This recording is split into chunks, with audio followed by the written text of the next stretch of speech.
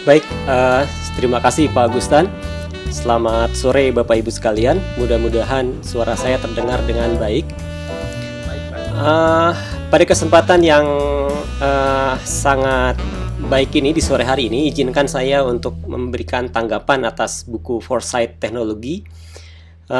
Tetapi saya akan fokuskan cara saya menanggapi dengan membuat sebuah kata tanya tsunami 20 meter lantas apa gitu ya.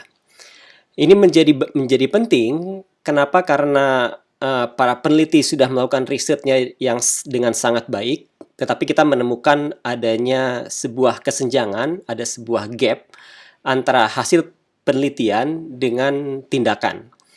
Dan untuk itu maka saya coba membuka diskusi tersebut, saya coba membuka pemahaman tersebut untuk kemudian menjadi dasar kita untuk melakukan diskusi. Bapak Ibu sekalian, bahwa ada 4 hal yang ingin saya bahas. Slide saya tidak banyak, hanya ada 7 slide.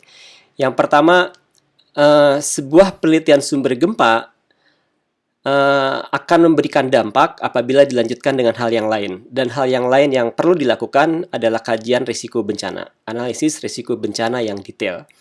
Dan kemudian lebih penting dari itu, kemudian perlu ada dialog, baru kemudian berakhir pada upaya pengurangan risiko bencana. Jadi saya akan mendiskusikan dalam 9 menit ke depan dengan alur seperti itu.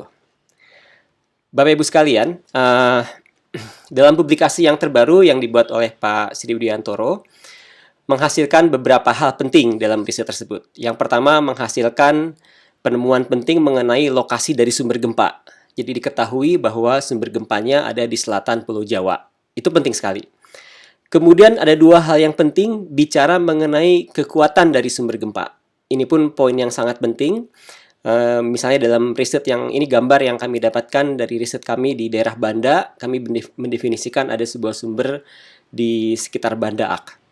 Kemudian hal yang ketiga berbicara mengenai dampak dari gempa. Ini bisa dinyatakan dalam bentuk goncangan, bisa dinyatakan misalnya goncangan dikuantifikasi dalam bentuk intensitas gempa MMI atau juga percepatan gempa, atau bisa juga dinyatakan dalam bentuk tinggi tsunami.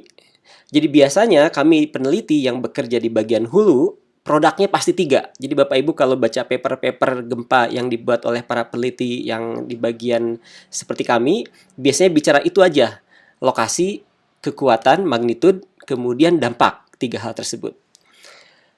Nah, pertanyaannya bisa kita ajukan, apabila kita sudah mengetahui ketiga hal tersebut, misalnya lokasinya selatan Pulau Jawa, kekuatannya dalam paper tersebut Pak Sri Widiantoro menyebutkan maksimum magnitud 9,1 begitu ya. Itu adalah skenario yang paling buruk. Jadi potensi terburuk yang mungkin adalah 9,1.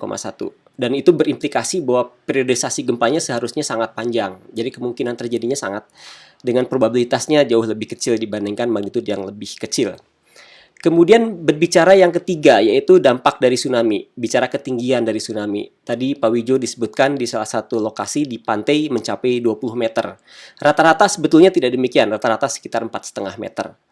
Nah, pertanyaan kritis yang bisa kita ajukan, apakah ketiga hal tersebut sudah cukup untuk mitigasi?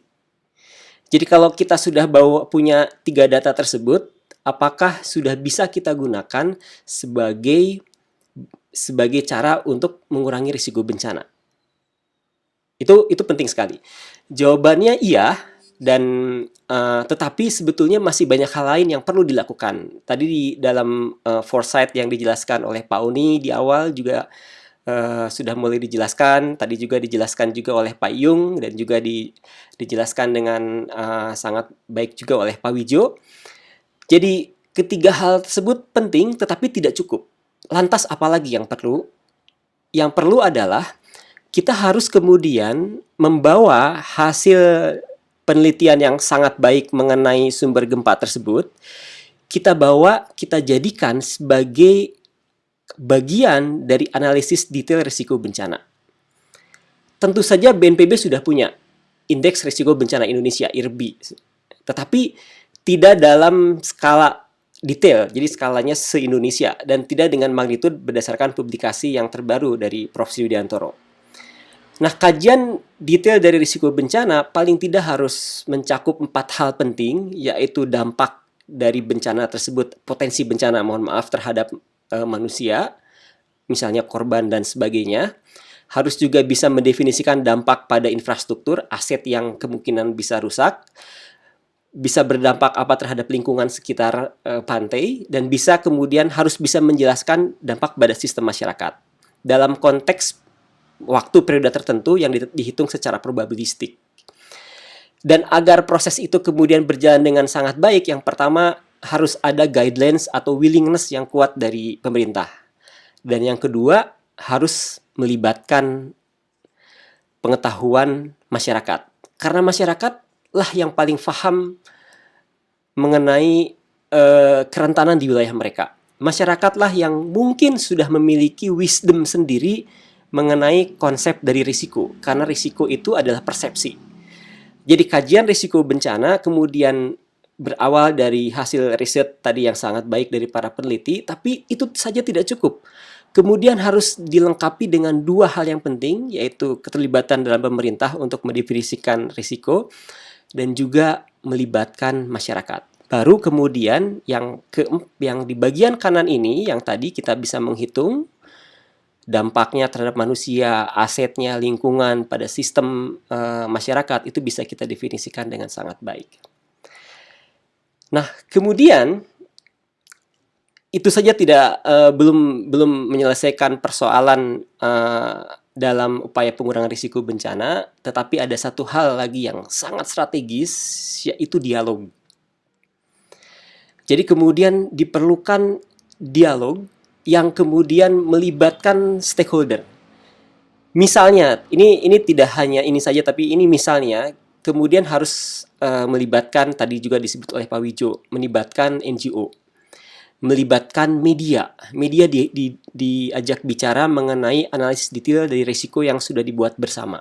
Bagaimana persepsi dari NGO, bagaimana persepsi dari media, dan lebih penting lagi persepsi dari komunitas masyarakat.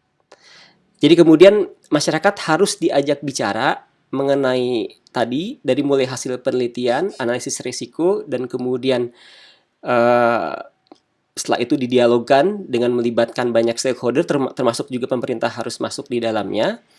Baru kemudian kita bisa keluar dengan strategi pengurangan risiko bencana. Jadi pilihan-pilihan strategi pengurangan risiko bencana merupakan proses dari 4 hal tersebut. Merupakan proses dari hasil penelitian, analisis detail dari risiko bencana, dan juga ini yang penting, makanya saya dikasih huruf besar, yaitu perlu adanya dialog. Baru kemudian kita memilih strategi pengurangan risiko bencana. Baru kemudian kita memilih, misalnya tadi dijelaskan dalam foresight teknologi, kita memilih, dijelaskan oleh Bu Ira di awal, apakah kita memilih misalnya buoy, kita memilih sea floor deformation system, kita memilih kemudian mendetailkan batimetri yang dijelaskan oleh Pak Yung. Menurut saya itu tidak bisa lepas dari bagian yang di tengah ini, merupakan proses dari dialog.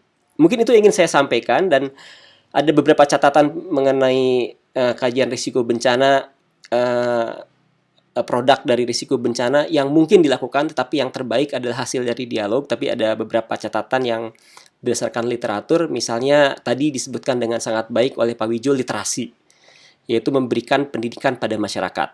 Pendidikan itu tidak berarti kemudian memasukkan ke dalam kurikulum, karena kalau kurikulum akan membebani siswa yang memang sudah berat. Tetapi literasi bisa banyak sekali metodenya. Kemudian misalnya perlindungan pantai secara struktural.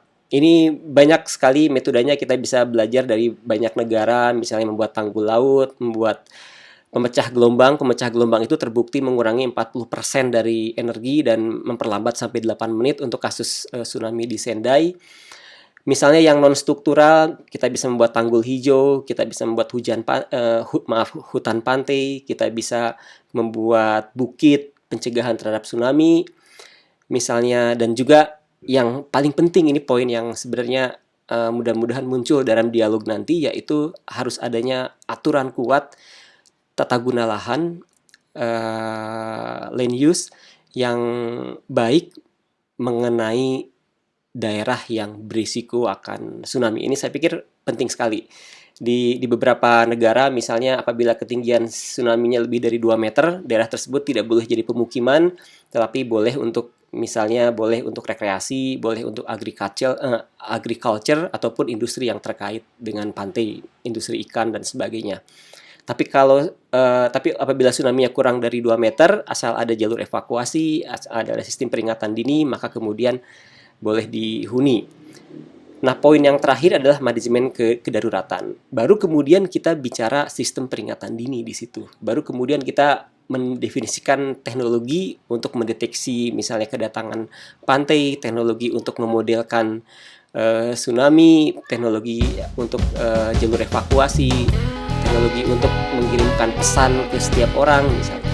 Itu menurut saya beberapa catatan saya mengenai foresight teknologi yang dibuat dengan sangat baik oleh BPPT. Terima kasih Pak Agustan untuk kesempatannya. Assalamualaikum warahmatullahi wabarakatuh. Waalaikumsalam warahmatullahi wabarakatuh. Terima kasih.